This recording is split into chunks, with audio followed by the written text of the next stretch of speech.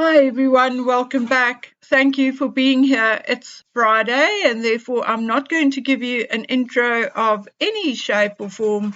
Today we are going to get right into part 2 of the bullying allegations. Now please note, I am nowhere near any of the palaces, so whatever information I share with you here today came to me via books, via articles, via unsolicited gossip.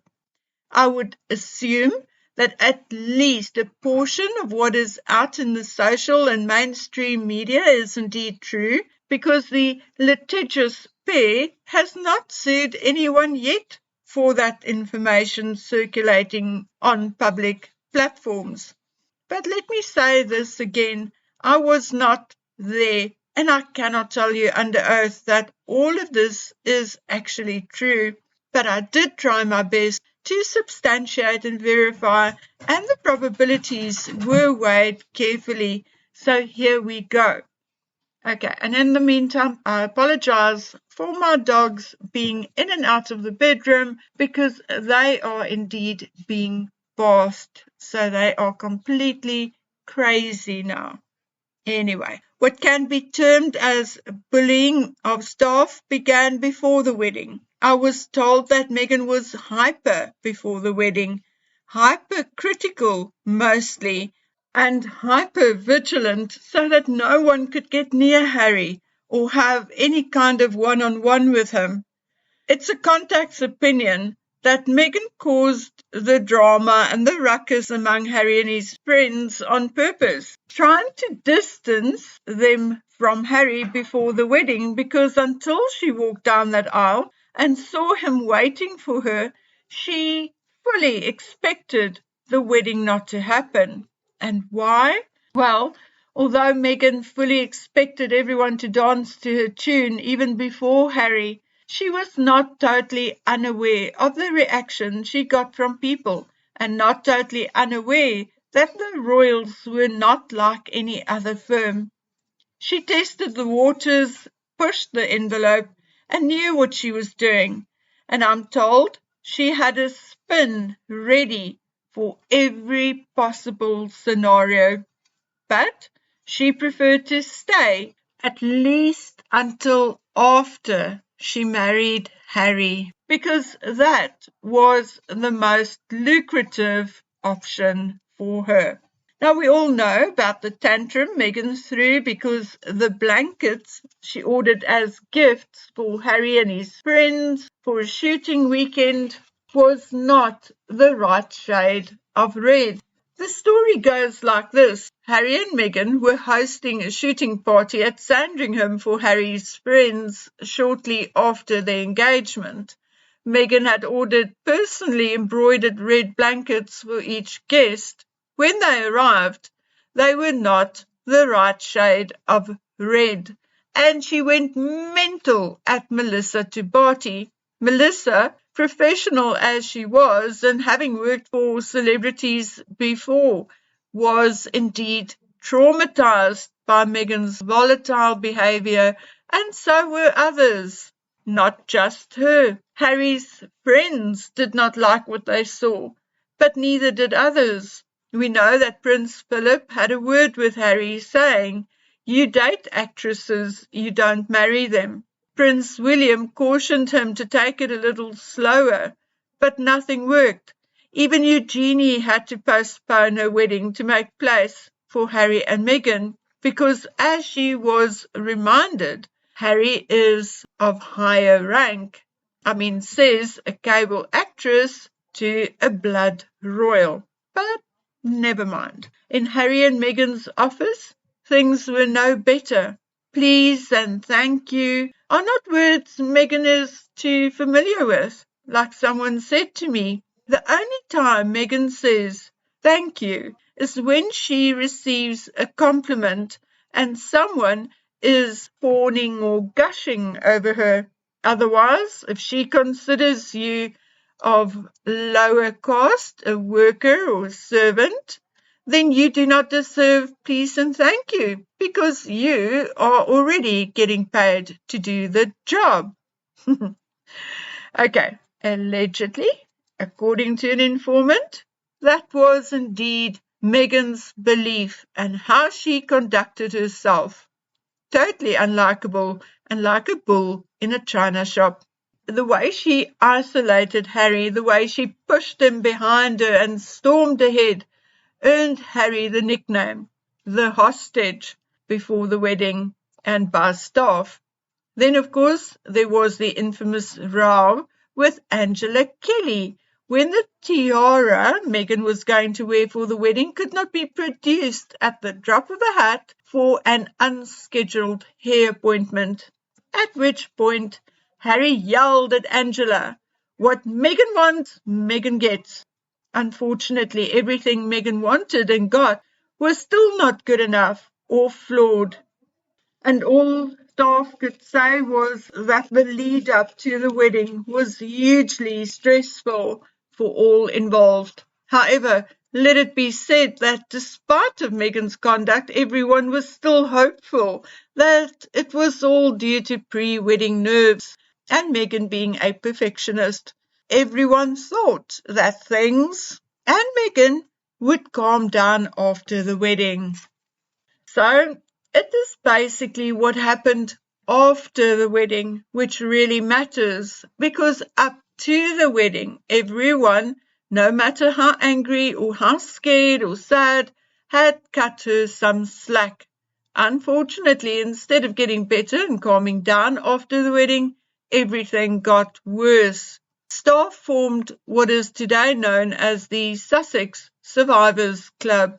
I think that although we do not know all the details of Meghan's behaviour yet, we get an idea of how bad it was from the fact that Samantha Cohen worked for the Queen for nearly 20 years, but 6 months into working for the Sussexes, she was completely exasperated, and as Samantha Cohen herself admitted, if they could find anyone to take over from her, she would have been gone after 6 months. But even the few select candidates whom they took to Africa with them to show them the ropes all resigned before they even got back. Samantha Cohen described her former job as working with a bunch of teenagers.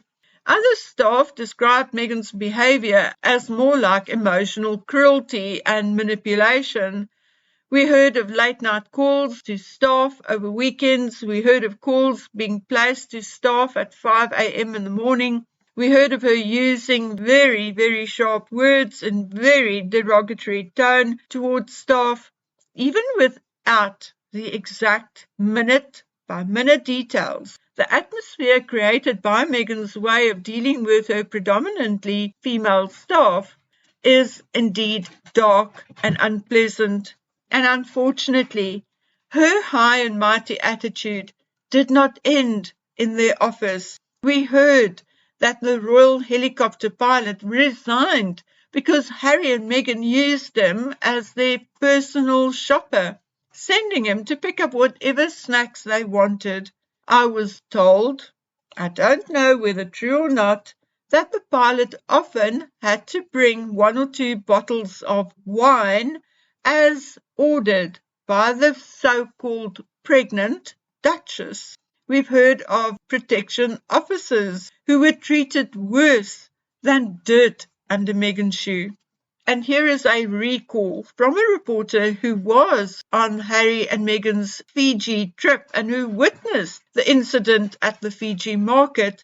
He or she wrote that he or she saw Meghan turn and hiss, yes, like a snake, hiss at a member of her entourage, clearly incandescent with rage about something, and demanded to leave the market. He or she wrote, I later saw that some female, a highly distressed member of staff, was sitting in an official car with tears running down her face. Our eyes met and she lowered hers, humiliation etched on her features. Has Meghan's behaviour changed now that she's back in the United States? Well, it appears not. After they left Tyler Perry's mansion, I had one first-hand account of Meghan's treatment of staff, forcing them to park far away from the home, not being allowed to bring cell phones into the home even if they had small children at home, and household staff were only to speak to them when spoken to. Allegedly, a couple of complaints were made after, again allegedly, Harry also wanted Tyler Perry's security staff running errands for him. Errands, yeah, to go get things which maybe he was too afraid to go get himself. Let's leave it at that. Tyler Perry allegedly tried to resolve the matter between the Parkles and staff, but instead Harry and Meghan decided to leave a little sooner than they planned. I'm sure their current staff, be it PR, administrative staff, housekeepers, gardeners and nannies, are all under very, very strict NDAs. But my dears, I'm told staff is on a revolving door at the mansion. We know that a significant number of Archewell staff have come and gone, but an informant tells me it's even worse with household staff. Wherever Meghan goes, there's always drama. And the very reason why Meghan has so far been unable to secure a CEO for American Riviera Orchard is exactly because her reputation as being a fantastic employer and your best friend for exactly a day. And thereafter all hell breaks loose. The one person actually said that you have no idea which Meghan you are going to find on any given day. There is charming Meghan, love bomb Meghan, quiet Meghan, insulting Meghan, sultry Meghan, angry Meghan, irritable Meghan, perfectionist Meghan, jealous Meghan, and then there is the crazy wild devil named Meghan. She said she could hear her heart beat in her throat every time she opened the door to start her day's work. Okay, guys, I do still have a list of specific incidents, like Meghan forcing an already upset and crying aide to accompany her to a meeting or event in a bid to humiliate her even further.